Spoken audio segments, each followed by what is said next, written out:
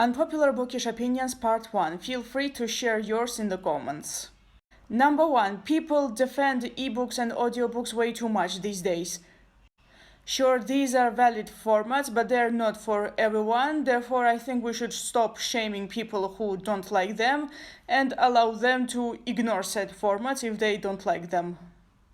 Number 2. Booktube can be a great place to discover books if there's less YA. Seriously, I do think that one genre has taken over the entire bookish segment on TikTok, and I think there should be a place for something else. Now, don't get me wrong, there are some very good young adult books and in general book books. For example, I loved A Good Girl's Guide to Murder or The Inheritance Games and also Daisy Johnson's The Six. Still, there's way too much YA to my taste, and I think there should be other types of books. Number 3. Ender's Game is the best sci-fi novel ever. I'm a firm believer in Ender's Game supremacy. I'm yet to read a sci-fi novel that is even better than Ender's Game. I absolutely love Ender's Game. And if you haven't read it, please read it. It's very good. Number 4.